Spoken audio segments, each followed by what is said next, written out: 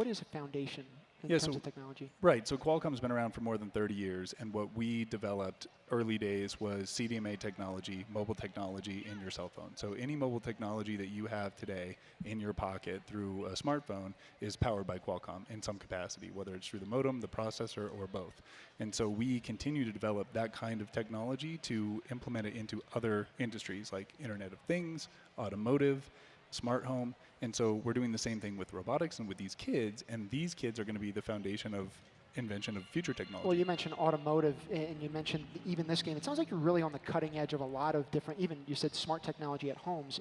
You're on the cutting edge of a lot of different areas of life. Is there any one in particular that either you like to focus on or you think Qualcomm is doing an exceptional job at? Yeah, so me personally, I think the best investment we make is in these kids because they will continue to invent the future, right? We've done that for years and years and years. We have an R&D center for the industry of mobile technology, and we continue to look at other industries to get into. These kids are going to solve the world's big problems. They are going to look for the cure for cancer and how do we make sure everybody gets clean drinking water? How do we make sure everybody has efficient energy use? And so that's why we continue to invest in programs like this. It's critical for the world, but it's also our pipeline of talent that we can go and hire. Yeah, of course, there is a little bit of self-serving there that Of has course. to happen, but at the same time, it's all based on this one larger mission of just making the world a better place. And so what you're doing is very much that.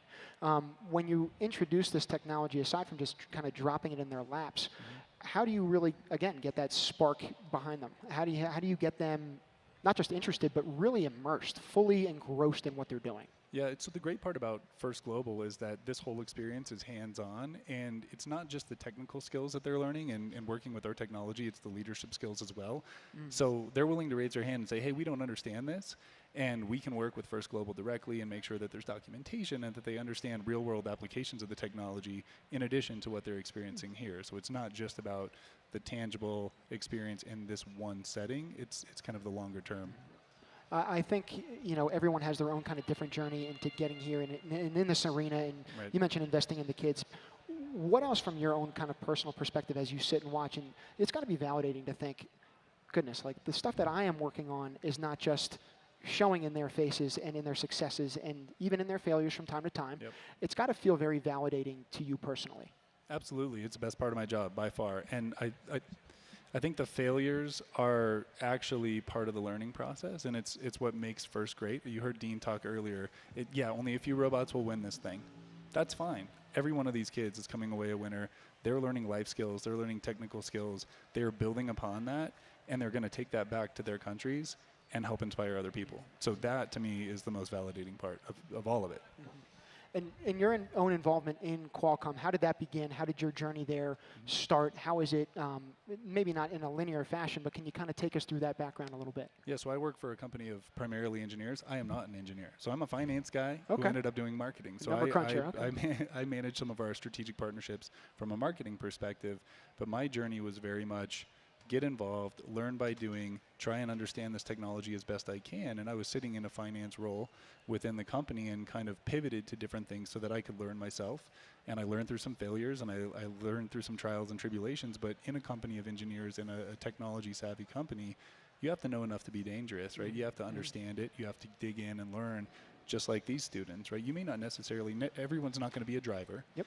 Maybe everyone's not going to have their hands on the robot, but they're going to serve other roles. They're going to have to go fundraise and talk to sponsors like us. They're going to have to pitch what they do, and that is critical to real-world business experience. You can be the most brilliant engineer, but if you can't go sell your idea and you can't go explain to other people how it's going to be relevant, that's a really, really tough spot to be in. Well, even though we haven't focused as much on Marlene's past in particular, we spoke about it even yesterday in her work with FRC and having some of those different responsibilities and doing the pitching and doing the fundraising. And it's something that she has, I would say, in dramatic fashion, done exceptionally well, at least from our conversations. Yes, I actually joined the robotics team thinking that I would be a great programmer, then that I would be great at mechanics and design and everything. And in the end, I just realized that what was good for me and that my calling was more like business, more the fundraising, more the communications.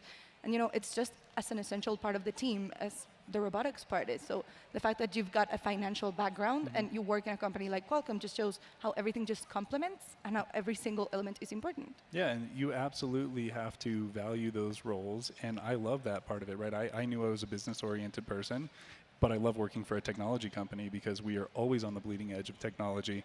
We're trying to do new and innovative things, but I have to be able to package a story around it and explain it to other people. So I have to know it enough to Yeah, do you that. need to understand. You need to understand what course. you're working for. And I think it's very interesting the fact that you know about all of this cutting edge technology while having a different background. Right. And- right. and Yeah. it- And that's what these kids are doing as well. I was just going to say, with the different responsibilities on the team, it sounds like you've got that kind of fabric and that framework at Qualcomm, everyone having their different roles, but coming together, synthesizing really well for that grand purpose.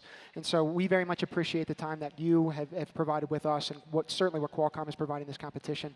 And thank you very much for joining us. Yeah, we're so proud to be here. I really appreciate it. Good. We're going to take it back to the pits with Gabby. Gabby? Hello, here Gabby is in the field number 3. So here we got a referee. The referee is a very important key in the matches. So here, can you tell me your name, please? Hi, I'm Lino, and I'm going to be referee for this field. On what do specifically a referee does here in the match? Well, in First Global, we have the objective to mark penalties and also help out with the scoring. All right, and is it a hard work? It looks like it is. Yeah, well, you get the hang of it after some games, so yeah. All right, so how can you tell me what can you tell me about the teams that have been competing yesterday in the practice matches? Well, yesterday we had practice matches, and it started a little bit slow, but the teams got the hang of it, and we started seeing some high-scoring matches by the end of the day. So we are looking forward for some big scores today.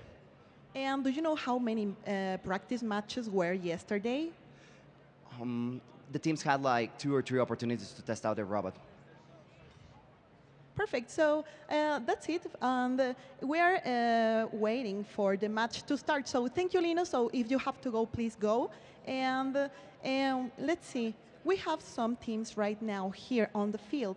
As you can see, they are placed outside the field. They are placing the robots. They have the control in their hands, and they are waiting for the match to start. So here we have Team Colombia. Here we have also Team Tunisia.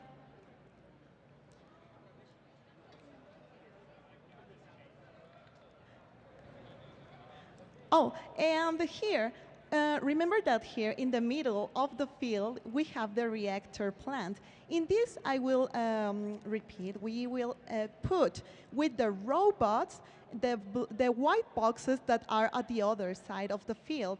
Once all the 8 gaps that you have in the middle of the reactor plant, it will be activate a line of power.